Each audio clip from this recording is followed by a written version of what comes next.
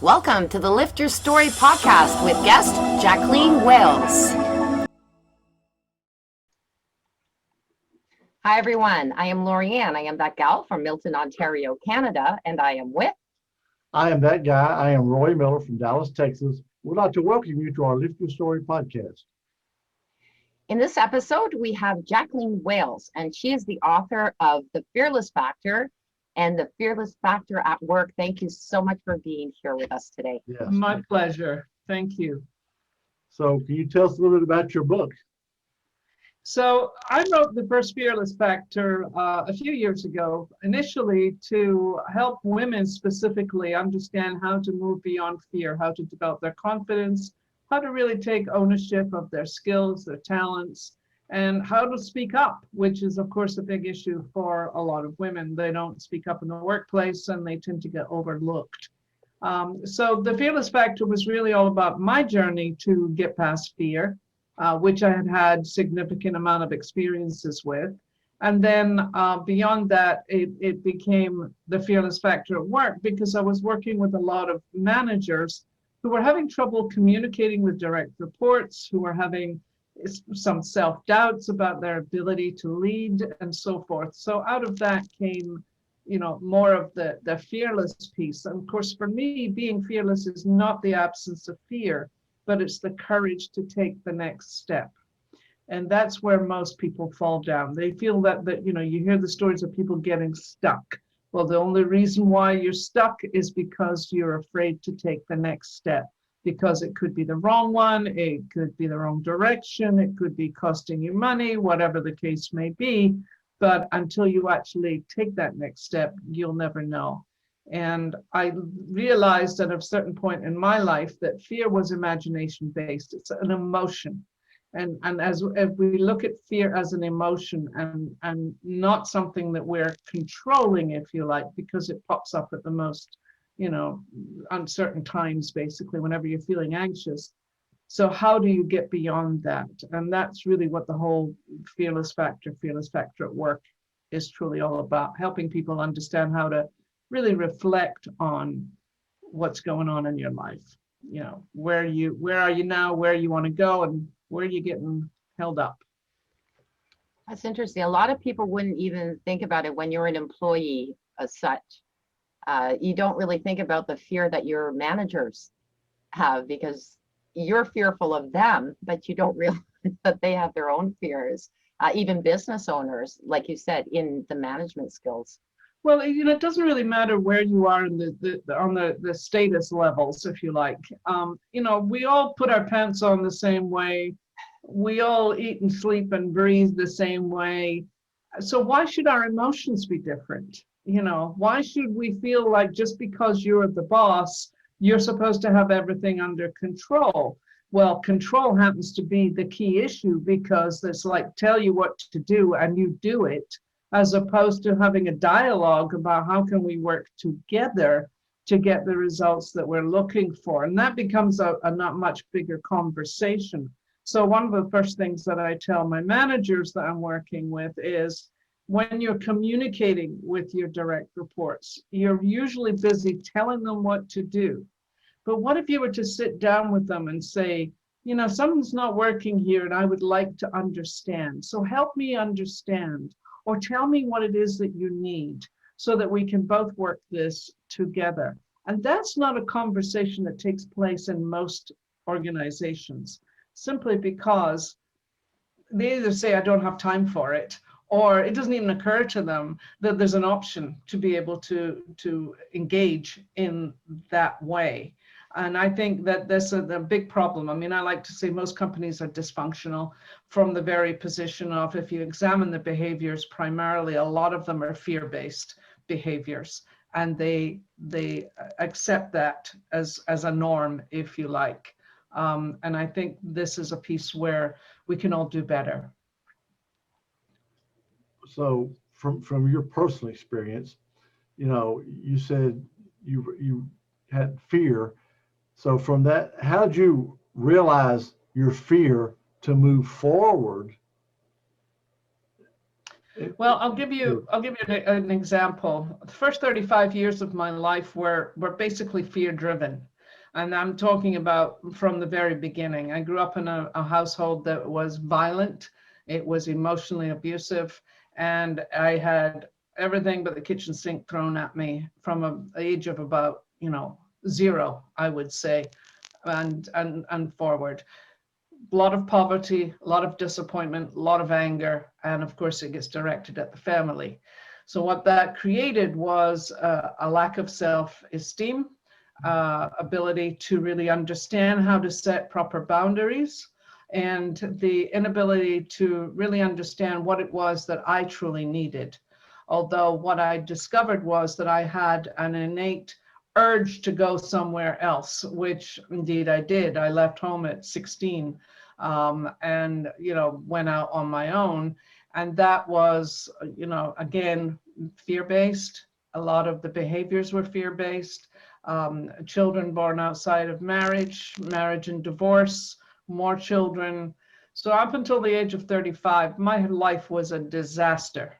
On many different levels. Some ways it was okay, but there was a lot of disaster there. And at 35, and to your question, I realized that I wanted to make a difference because I was pregnant for the 3rd time. And I said to my therapist at the time, I said, she will leave me before I leave her, which meant she would go to college, because I would do my damnedest to make sure that I wasn't leaving any more children behind and I wasn't leaving any more mess behind. And then I, started to do my own work. And I spent 10 years of my life doing my own work to clear the debris of the past and living with the fear of that constant self-doubt, that constant sense of not being good enough, because at base for fear is a sense of I'm not good enough. And you can find it in all kinds of levels, that even the most successful person will have that little glimmer of, am I really good enough? Can I really do this? And you see this showing up in the workplace time and time again, when people want to take control, when they want to be competitive, when they want to prove that they're right all the time, or they're oppositional and they want to say no to everything, or they're in perfectionism. There's another aspect of fear showing up. Approval seeking, there's another fear issue. Am I good enough? Well, do you like me? Am I keeping you happy? There's the uncertainty piece right there. Not making decisions, avoiding confrontations, all fear-based behaviors that I could certainly see in my own life. I mean, I hated confrontation until my husband, who said to me one day, he said, no, go sort it out for yourself. But they're going to say, they're going to do, they're going to bop, bop, bop. And then, of course, it's like, well, how are you going to deal with it? And of course, little by little, and this is why I talk about being fearless is not the absence of fear, it's the courage to take the next step. So little by little, you make the adjustments, you test the waters, you get yourself out there, and you see what happens. Because my tagline is be fearless, see what happens. So see where it gets you. And that, I think, is a piece that a lot of people, they balk at that. It's like, oh, well, I've got this fear, so, I can't go there. Okay, so what is fear? It's an emotion. You have control over it. And moving towards that too, I believe that quite often is that they're fearing what's on the other side of the door if they walk through it. And quite often it's not as scary as you thought it was. It's that anticipation of walking. Well, think back on your own life, a number of times you balked at taking the next action or whatever it might be. And then, as you said, you get to the other side of it and you go, well, what was I worried about? Because it's no big deal. And I like to say that, when you're making that leap forward, if you like, some people think it's like, taking a leap off a cliff. But what you find is it's only a couple of inches, you really, it's not that hard a deal. But mentally, we set ourselves up with worst case scenarios. I believe truly that what happened in the past predicates how you feel in the present, that points you down the road to the future, and maybe pointing towards a future that you don't see as necessarily positive and full of the things that you can accomplish. So our only reality, and I speak about this all the time, is right here, this present moment. What happened 5 minutes ago, 2 minutes ago is already gone. It's in a recording, but I have no idea. If you ask me, what did I say 5 minutes ago? I'll tell you, I have to really search the memory banks. And what's happening 5 minutes from now, who knows? You know, our Zoom call could blow up and then we would all say bye-bye. So, you know, the point being is that here in this present moment, you have a choice of how you wish to think about yourself and your actions and the future that you would like to be part of. And I think that's really key to being fearless right there. Well, I guess for me, I was pretty fortunate because confrontation never bothered me. And I just got to the point where if I didn't like what was going on, I was out of there. You know, well, you quit. Yeah, I didn't like it. This, that, the other. What are you gonna do? Get another job. If I don't like it, I'll quit it. I don't care. You know, I'm not gonna sit and take crap for a job. There's, you know, now most of the time I was better when I changed. There was a couple of times, not so much. Mm-hmm. Yeah. But you know, I got over the fear early. But you had the you know, the strength of character to say, this isn't working for me, so I'm out of here. Okay. Too many times people don't have that strength of character and they will hang on and hang on and hang on. I recently had a conversation with a CEO who said, how do I deal with somebody that I really need to tell them to go? Because I've tried and tried and tried to get them to do the work that I need them to do, but it's still not working for me. So where are you holding back was my question. You know, what about letting this person go? And I know that they've been there for 15 years, but you've been putting up with it for 15 years. So what does that say about you? And of course, you know, when people are presented with that, you know, they have to really dig down and take a hard look at themselves. It's not about the other person, it's about you. Yeah. Yeah. So when you left home at 16, between 16 and 35, with what you had left at 16, where you grew up, what was that period like for you? A mess, very simply. I was pregnant by the time I was 19. I was very involved with drugs and alcohol for a long time. I gave my child up for adoption at the age of 20 after having her for 3 months. And then I got married to somebody who seemed to care. And then I had another child with him. And about 3.5 years later, I walked out on both of them. And then I moved, at that point, we go back geographically, I was born in Edinburgh, Scotland, moved to London. So leaving home at 16 wasn't exactly staying in the neighborhood. I moved to London. Then from London, I moved to San Francisco. So after I left my husband and son, after I divorced him and left my son with him, I moved to San Francisco. And when I arrived in San Francisco, all I wanted to do was get drunk because I couldn't handle my emotions. It was very simple. And then my husband walked into my life and we've been together for 41 years now.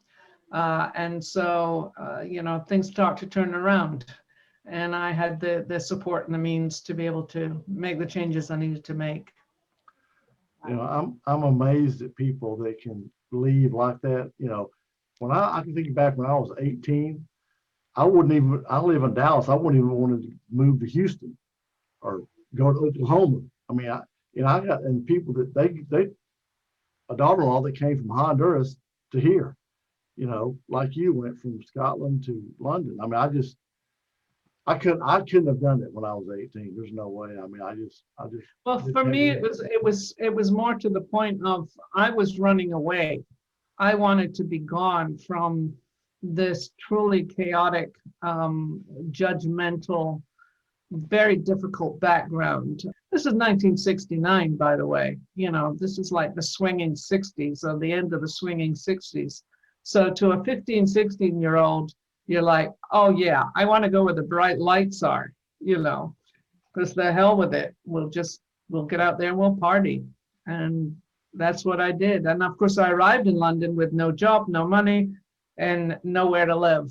So that was another big transition right there. Yeah. So, you did things back then that, when you think about it from this perspective, you go, what were you thinking? Well, clearly you weren't thinking, you were being run by your gut, basically, and hoping that it was all going to sort itself out. And I like to say I've lived life by the seat of my pants a lot. And it's a hard lesson for a lot of occasions, but at the same time, I've gathered all this wisdom at this point, and I'm now in my 6th decade. So there's a lot of wisdom being acquired from all these life experiences, and that's why I do the work I do, which is come to me with whatever's going on for you, and I can guarantee you I've been there, done that, and I know exactly what that looks and feels like. So let me show you how you can do it differently. And that's really why I wrote The Fearless Factor and The Fearless Factor at Work. You're talking about 1969. That's the year I graduated from high school. And all I was worried about is not going to Vietnam. Well, that was a big worry. That was definitely a very good reason to be fearful about not wanting to go there. Thank you very much. Yeah.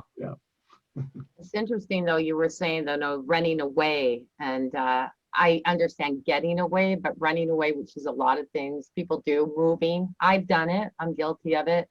But you're just carrying all of that with you anyway. It doesn't matter where you go until you face what is causing your own demons that might have been born from previous experiences, but you've got to face them. So it doesn't matter where you go. Well, absolutely. It's the, no matter where you go, they said this in, I think, the 60s or 70s, no matter where you go, there you are. It's like, part of the thing. It's like, why do people get divorced? Because they can't be bothered to work it out. And because, if I'm going to get divorced, I'm just going to take my baggage and pick up somebody else's baggage. So we might as well figure out how to work our own baggage and make this thing work, which, I've had a lot of ups and downs in my 40 odd years with my partner. And, each time we got to the brink, we'd look at it and we'd go, okay, we're going to work it. Are we going to look at our stuff and figure it out? And the answer always came back, yeah. So I think at this point, we're in it until death us do part, whatever that might be. That's awesome. Well, when you go into a company or whatever to work with these people, how are you received usually? It's a mixed bag for a lot of people. It's a very good question, right? Some people love me and other people are not quite sure what to do with me. I tend to be rather direct and call things as I see it. And, just as you said earlier, I hate confrontation. I don't mind confrontations. I'm basically at that stage of my life. It's like, you can like me or not like me. I don't really care. Yeah. I'm just here to tell you some truths. As one client said, she's a truth teller and an ass kicker. And that's exactly how I see myself at this point. Yeah, because I know some places they want you to come in and help until you come in and help. Well, that's right. That's exactly right. And a lot of places, and individuals are the same way. They don't want to know the truth. They just want you to put a Band-Aid on stuff. And I like to say, your Band-Aid's going to come off when you put it underwater for any length of time, so let's get real here. Let's get some healing going. Let's get some real work done so that you can actually have teams that are working effectively, who know themselves and know each other well and know how to collaborate and know how to bring the best results. And if you're not interested in that, then you don't need to talk to me. You need to go find somebody who's good at Band-Aids. Yeah, it's kind of like going to marriage counseling. It's all great until the counselor starts telling you about your faults. And then they want, well, we can stop. We don't really need this. So I think, one of the things I like to say about my work is I'm not here to make judgment. I'm not here to find fault with people, because there's no such thing as right or wrong. There simply is. And so if you look at the behaviors that are operating, and I do these 360 assessments with a company called Human Synergistics, and what we actually do is scientifically analyze through a 360 assessment what's going on with behaviors based on 12 different behavioral styles. And of course, because it's feedback, you've got the individual's analysis of themselves, and then you get other people's. And frequently, they're not the same. How you think about yourself and how other people think about you are sometimes and frequently not the same. We are very self-critical and for the most part, and tend towards undermining ourselves as opposed to blowing ourselves up. I mean, some people have huge egos and are very narcissistic and are very surprised when they find out that they're not having a good impression on others. But for the most part, people tend to be self-effacing. And I think that that's a piece where part of my job is to bring you into the real power of who you are and what you can bring to the world. And I think we all have gifts, but we all have to learn how to put those out into the world. Yeah, it's funny. I worked for a company, and the manager, he was the nicest guy you'd ever meet. He was really smart, but he had no people skills. Well, we used to call him socially retarded, you know. And the assistant manager, he was real outgoing. He was the guy everybody liked, right? So corporate decided that they sent these questionnaires to all the people in our office we had to fill out on these two guys as managers. So, and nobody wanted to do it, but we had to. So they corporate already knew that the manager needed some help, you know. But so instead of them just sending him or training him, they made the assistant manager go in with him and said, well, we don't want to isolate him. That way you go to it, it'll probably help you both, you know. Yeah, yeah. I mean, people really can benefit by having some coaching around their behaviors and having some coaching around their mindset issues. We talk about fixed mindset versus a growth mindset. And when you're dealing with somebody who has a fixed mindset, they're like, the horses with the blinkers on. They can't see right or left. They just see straight ahead, and that's how it is. Whereas the growth mindset, of course, is all about opportunities, being curious, opening yourself up to new ideas. But that takes a certain amount of self-awareness to be able to do that. And that's another big piece that I bring to my clients is I want you to really get self-aware. Because if we are more self-aware, we're far more likely to be socially aware, which is to know what's the impact that you're having on other people. And I believe that self-awareness too is the first step towards understanding your strengths and your weaknesses and being able to work on the weaknesses. Because if you deny your weaknesses, you're never going to go anywhere with that. So here's the other piece of that, is that if you look at your greatest weakness, it's frequently your greatest strength misapplied. So think about that for a second. So if I'm a determined individual, and I am a determined individual, sometimes I can be too determined and hanging on to something that needs to be let go of faster, and that can be a piece, I mean, I'm definitely, perseverance is a big piece of my personality. I don't care how many times you knock me down, I'll get back up again. But sometimes it's better just to stop and back off rather than have to keep going through the motions, So greatest weakness is our greatest strength misapplied is a piece I think most people can take home. Nice. Yeah, I think probably your childhood really developed that perseverance, that drive in you. Would you agree? Oh yeah, no question. Yeah, I mean, it can either kill you or cure you, basically. It's the old thing of, my father told me for years I would never amount to anything. Now, after a while, you come to believe that happens to be a truth because it came from a parent. But what you find out is that's complete bullshit, and you're not going to do that. Yeah. So But yeah, the perseverance thing, it's like joining the Marines. If you join the Marines, they're going to put you through your paces. And you're either going to keep getting up or you're just going to wimp out and they'll tell you to ship out. So it's the old shape up or ship out kind of thing. Now I've done martial arts and I've done CrossFit and I've done all kinds of physical things in my life. I've been physical most of my life.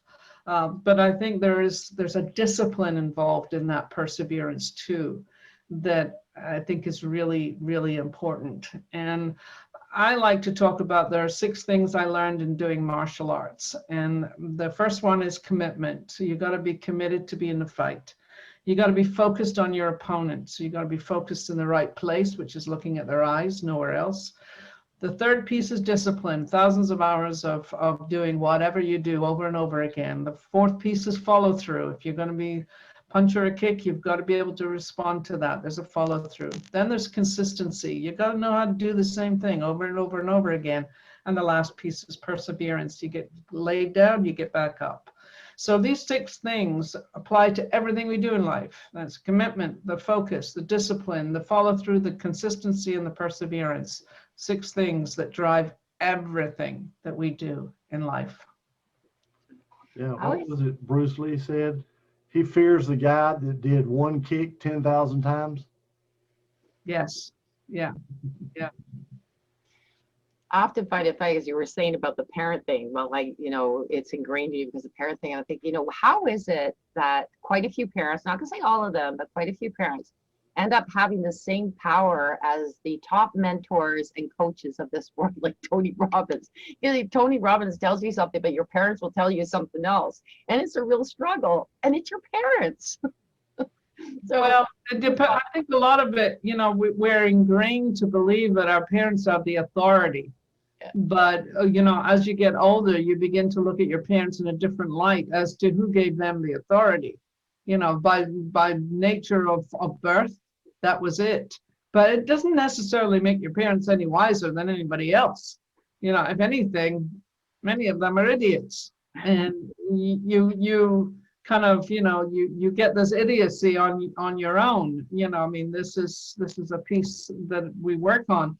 I've had 4 children in my life.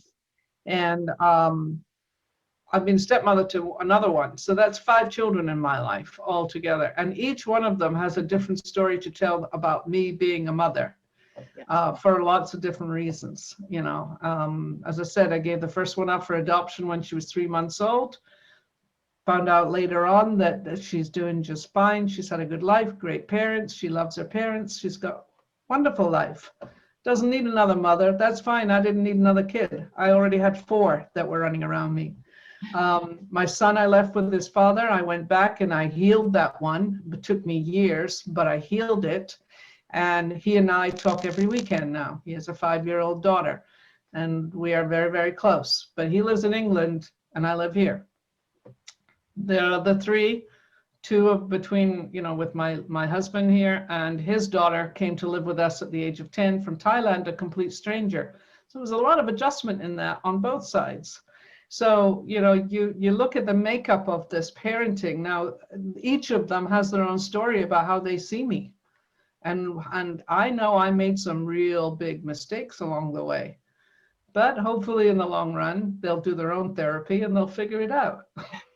What can I say? well, it's interesting too, those mistakes that you've made along the way, everybody has except for Roy. Roy's perfect. But anyway. I wish. I wish.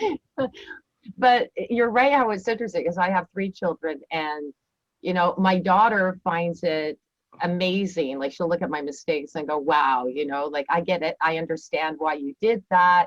Look what you went through. That's not something. So she understands it in that perspective of looking at the situation, why I made that mistake. Whereas my boys are a little less forgiving. So you're absolutely right. If they all wrote a book about me, there would be 3 different books of 3 different mothers. And yet, they lived the same path. So, right. Yeah. And then, of course, when they have their own children, they go, oh, yeah, I get it. Exactly. The one that understands it is going to have the easiest time doing that. That's exactly right. Yeah. Sorry, Roy. So Jacqueline, how can our listeners reach out to you? Well, they can find everything they need to know about me on my website at thefearlessfactor@work.com. Okay. And there's a bunch of resources, and pretty much you'll get the whole story. We've got interviews, we've got videos, we've got all kinds of things on there. And your book, where can they buy your book? Amazon, the good old shopping center for the world at this point. On Amazon.com, you can find both books, and there is a third book. It's called When the Crow Sings. It was a novel that was written many years ago, and it covers 3 generations of my family dealing with children born outside of marriage. So there was another story right there, but it's called When the Crow Sings, and it's a novel with a semi-autobiographical background. Fantastic. Well, Wow, thank you great. so much for being with us today. Just a really good conversation. Like I said, when I found you, I thought this is intriguing. This I would like to hear more about. So thank you so much. Well, thank you both for the invitation. It's been a pleasure to talk with you. It's a pleasure meeting you. Okay, bye-bye. Bye-bye. Bye. Thank you for listening to this episode. Be sure to visit us at lifterstory.com.